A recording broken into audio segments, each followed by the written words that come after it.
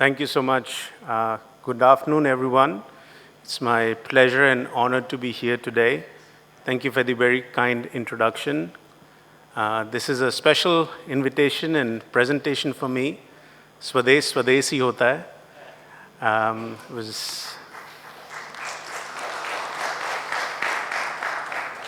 I've given a lot of presentations, but this is really special. And it's good to be back in Mumbai. I was here about 15 years ago, and so look forward to seeing Mumbai as well. So thank you, Dr. Nag, thank you, Dr. Gupta, thank you, the organizing committee, for this invitation. I was tasked to talk about novel therapies for breast cancer. How will the care look like in 2030? So I'm a medical oncologist. I wanted to start with a patient story. A 65-year-old female was diagnosed with ER-positive breast cancer. She received 5 years of adjuvant tamoxifen. That was the recommendation at that time. Now we would consider at least 10 years of tamoxifen. Then the patient had disease recurrence 15 years later, something that we do see in clinical practice. She had a biopsy which confirmed ER-positive, HER2-negative disease, received letrozole plus a CDK4/6 inhibitor. Patient unfortunately had to discontinue palbociclib because of difficulty tolerating palbociclib. She continued letrozole, did well, and then had disease progression. The question is, what should be the next endocrine therapy? And we were discussing this in the last session as well. There's a lot of controversy. If you look at our NCCN guidelines, there are a number of treatment options one can consider. And essentially, in general, we use sequential therapy. We start with letrozole plus minus a CDK4/6 inhibitor, then another endocrine-based therapy, then another endocrine-based therapy, and then we go to chemotherapy. The problem with this approach is that it's blind to what's happening in the tumor. You're just doing one therapy after the other, and you're really not monitoring why the patient is having disease progression, what's driving tumor biology. And this can potentially delay access to effective therapies. And that's where circulating tumor DNA comes in. Because as a liquid biopsy, it can provide potential molecular profiling. Now, in the past, this was very challenging because typically there are less than 10 cells per ml as compared to 1 million white blood cells per ml. But now with modern technologies, we can detect CTCs and we can even detect ctDNA, which is more sensitive. And this can allow for monitoring tumor biology and evolution serially over time. So if we come back to this patient, that's exactly what was done. To decide what therapy to choose next, the patient had plasma-based genotyping. And that revealed a mutation in the estrogen receptor, ESR1 mutations. So ESR1 mutations essentially confer estrogen independence to the tumor. The tumor is still dependent on the estrogen receptor, but it's estrogen independent. So drugs like aromatase inhibitors would not work in that setting because they lower estrogen. But drugs that directly bind to the estrogen receptor would potentially work in this setting. So this is important to consider because this is an acquired alteration. It's not present usually in primary tumors. So you either have to do a metastatic biopsy at the time of disease progression on AI-based therapy or use ctDNA-based analyses. So let me review this again. So if you have a wild-type ESR1 tumor, estrogen binds to the estrogen receptor. It causes activation of the estrogen response element, which then causes ER-mediated gene transcription. But when there's a mutation in the estrogen receptor, the tumor becomes estrogen independent. You can have the best aromatase inhibitor in the world. You can do ovarian suppression, but that's not going to work because the tumor is estrogen independent. But it's still ER dependent. So drugs that bind to the ER target would work in that setting. And this has led to interest in novel ER degraders because fulvestrant and tamoxifen, at least at the doses that are used in clinic, do not degrade the estrogen receptor adequately. So there's a need for better ER degraders. And an example of this is elacestrant. This was evaluated in a phase 3 trial. Patients with ER-positive, HER2-negative metastatic breast cancer in the second, third line setting received elacestrant versus standard of care endocrine therapy. The trial showed an improvement in progression-free survival, particularly in tumors that had ESR1 mutations.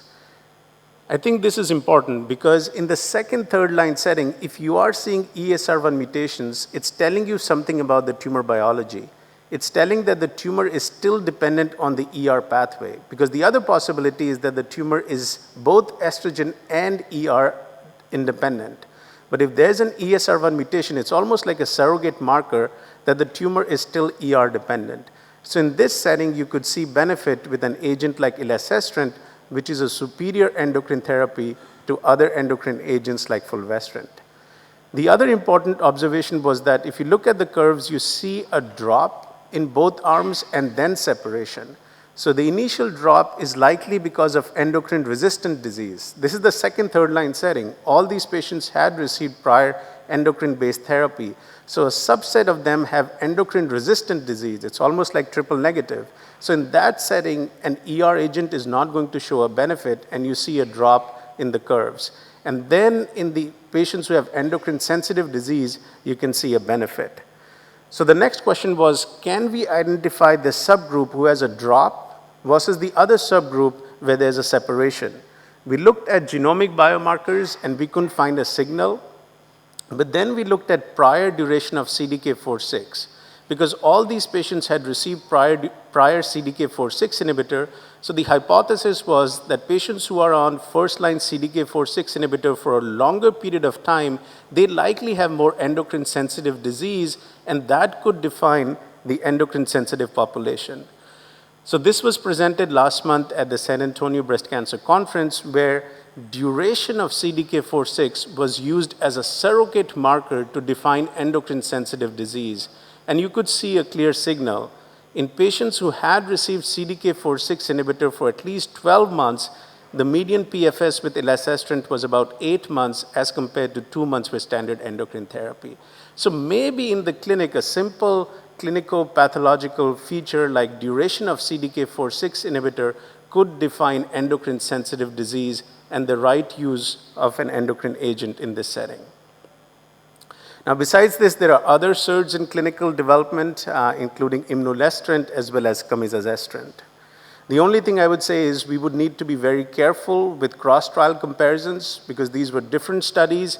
If there's a difference in endocrine sensitivity, like the duration of prior CDK4/6 inhibitor, all of that could have an impact on study outcomes. So we need to be very careful. So coming back to this patient had an ESR1 mutation, received an oral SERD. We were monitoring the ESR1 mutations. As you can see from the graph, towards the end of letrozole, patient had detectable ESR1 mutation, started therapy with an oral SERD, the ESR1 mutation went down, and then eventually the patient had disease progression. We did plasma-based genotyping again at that time, and now there was a new HER2 mutation. So now there's an acquired mutation in the HER2 receptor. So if we come back to this concept again in terms of what's driving endocrine resistance, I reviewed one possibility, which was ESR1 mutation. In that setting, the tumor is estrogen independent, but still ER dependent. Now the patient has HER2 mutation, so is both estrogen independent and ER independent. So within the same patient, there is heterogeneity. Over time, the tumor that was ER dependent is now likely ER independent. So the question is, what to do in this setting when you have tumor evolution and tumor heterogeneity? The answer is combination therapy. So this patient now has both ESR1 mutation and HER2 mutation. So the patient received Faslodex plus neratinib, and you could see that there was response with this combination therapy. Monitoring the circulating tumor DNA, you could see that the HER2 clone that had emerged decreased with the use of neratinib, but the ESR1 mutation clone decreased somewhat with fulvestrant, but not much. And that's a problem that we sometimes see in clinic where we are limited by the type of agent we have. The clinical trial that was open at our institution required us to use fulvestrant with neratinib. I wonder if we had used elacestrant or one of the novel ER degraders, maybe we would have seen even a better response because we would have controlled the ER clone as well. There are other agents as well in clinical development, including agents that target AKT, like capivasertib, agents that work in the PTEN loss setting, which is a tumor suppressor. So when there's PTEN loss, we have activation of the AKT-mTOR pathway, and then BRCA mutation, which is a loss of function mutation, and in this setting, PARP inhibitors of platinums could work. So the prediction is in the not so distant future, we'll likely do this serial molecular profiling in ER-positive metastatic breast cancer. And by profiling, if we see an actionable target, we'll use the appropriate targeted therapy, continue to monitor. When the patient has disease progression, do this again. You'll find an actionable target, and this loop continues. So essentially, we'll monitor, like we monitor high blood pressure with the use of BP cuffs. In the metastatic breast cancer setting, we'll use liquid biopsies, monitor ctDNA, and choose therapies based on that. How about the other case scenario? What if there are no actionable alterations? Does the presence of a target indicate that it would always respond to target therapy? And how do we address genomic heterogeneity? So let's talk about an opposite case scenario. A 43-year-old female, she also had ER-positive disease, received ACT and then tamoxifen, had disease recurrence, had a biopsy, but now the tumor was ER negative, PR negative, and HER2 negative. So triple negative. Patient received chemotherapy with carboplatin, then had disease progression, then received eribulin. The question is, what should be the next therapy for this patient with acquired TNBC? This is a patient I had seen in clinic a couple years ago, and she was a cheerful lady. And when I mentioned that you have TNBC or triple negative breast cancer, her first question was, why do you call it negative? There must be something that's driving the tumor. And I said, that's a good question. We should probably find something positive in the tumor. It's negative for ER, PR, HER2, but doesn't mean that there is nothing that's not driving the tumor. And I said that we'll do tumor genotyping and we'll find something positive in the negative. So that's exactly what was done. The patient had tumor-based genotyping, and we found a number of genomic alterations. But back to the same problem. None of these alterations are actionable. So what should be done next? I think a key point here is that this patient does not have actionable genomic alterations. There are still actionable alterations, it's just that they are not genomic. And an example of this is TROP2. So if we cannot target genes or mutations, maybe we can target antigens that are overexpressed in cancer cells. For example, in TNBC, TROP2 is usually overexpressed, and the expression of TROP2 is much higher than that of normal cells. So that could be leveraged for therapies such as antibody-drug conjugates. An example of this is sacituzumab govitecan. It's a first-in-class TROP2-directed antibody-drug conjugate. It has three unique features. The first is it targets TROP2, which is usually overexpressed in TNBC. Second is it has a hydrolyzable linker. And the way the linker is designed is that when the drug reaches the tumor microenvironment, binds to TROP2 positive cells, sometimes even before binding to TROP2 positive cells, it can release the payload, which is SN38, the active metabolite of irinotecan. In preclinical models, the amount of SN38 that you can get with sacituzumab govitecan is more than 100 times as compared to irinotecan.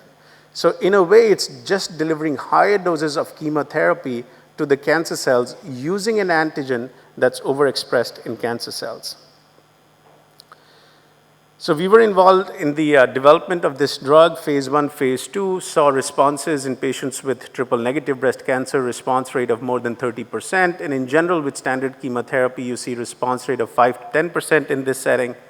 And this led to the ASCENT trial, where patients received sacituzumab govitecan was a standard of care chemotherapy. There was doubling of both progression-free survival and overall survival with sacituzumab govitecan, and this led to the FDA approval of sacituzumab govitecan.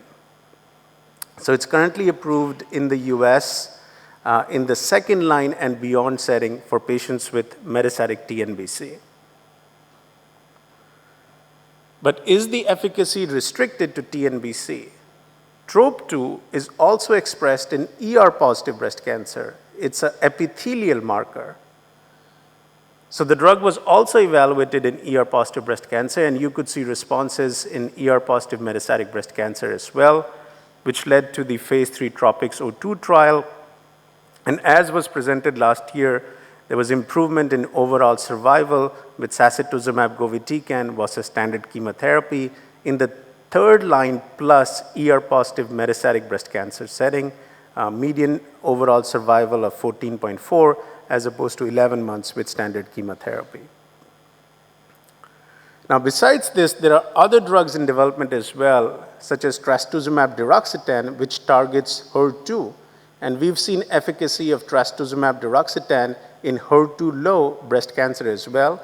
And ADCs targeting LIV1, ADCs targeting ROR2, ADCs targeting CS6. So that's my second prediction, that in the future, these antibody-drug conjugates will redefine the molecular classification of breast cancer. We'll probably move beyond triple-negative breast cancer. We'll define cancer based on what it has as opposed to what it does not have. So based on the antigens that are overexpressed, the breast cancer would be defined. And I asked the audience in terms of what that should be. So let's say we have HER2 positive or HER2 low, ER negative, PR negative, PD-L1 negative breast cancer. What should it be called? Or if you have a tumor that's both ER, PR, HER2 negative, and PD-L1 negative, should we call it quaternary negative breast cancer? And we can go on and on. We can call it penta-negative breast cancer, sexa-negative breast cancer, octa-negative breast cancer. And I think that's the problem, that currently we've defined triple-negative breast cancer based on what it does not have. So in the future, we'll have to reconsider this classification.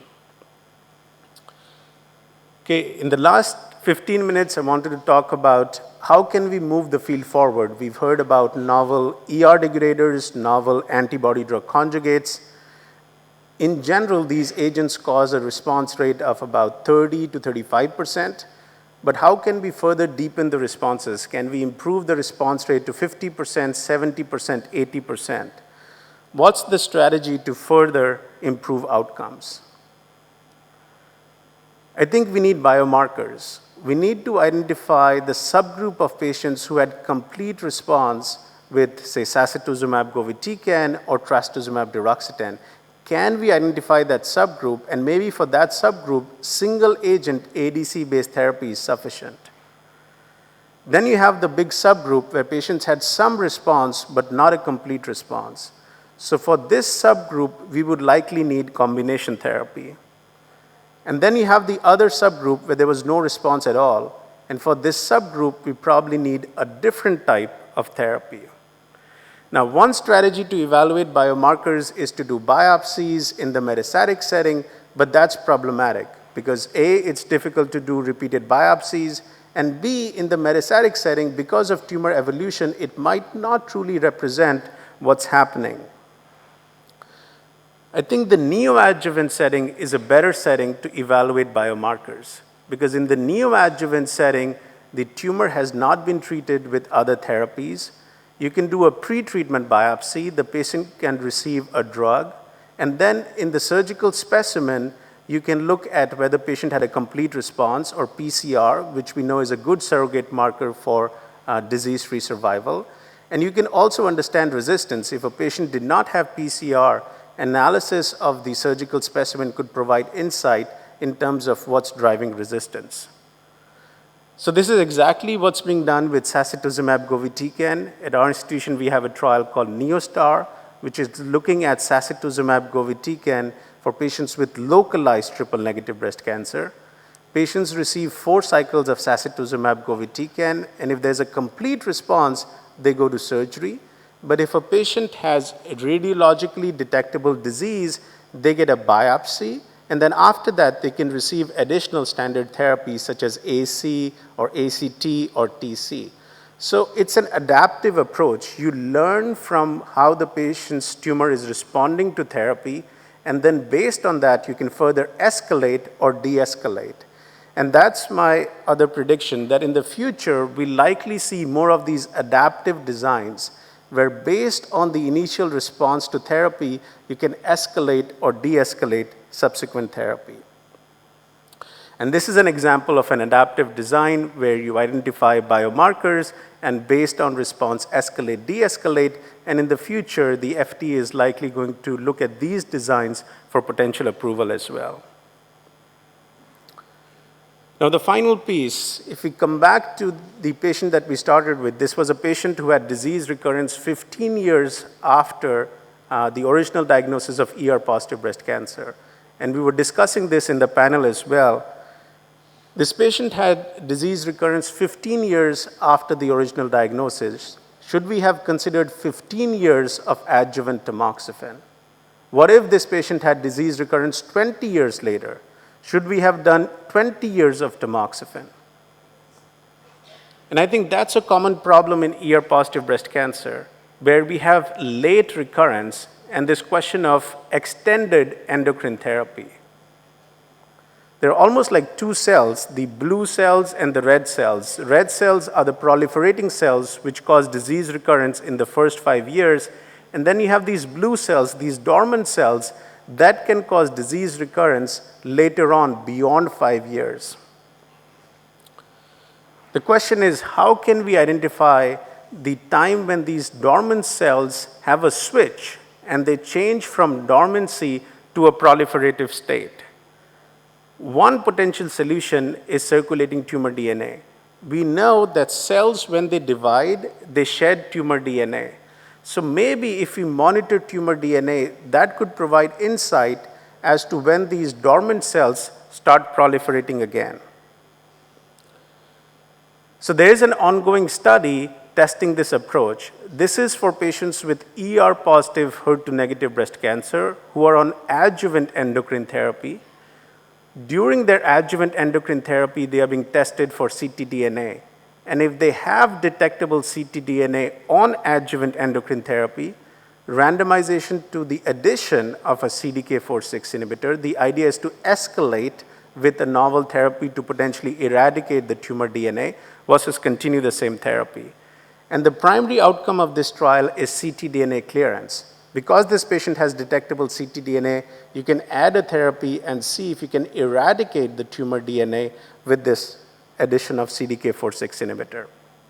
And there are similar studies being designed for triple-negative breast cancer as well. So this is the prediction number 4, that in the future we are likely going to see additional studies in the MRD-based setting that could help us decide the duration of endocrine therapy and also strategies to escalate and de-escalate, with the goal being to prevent metastatic disease.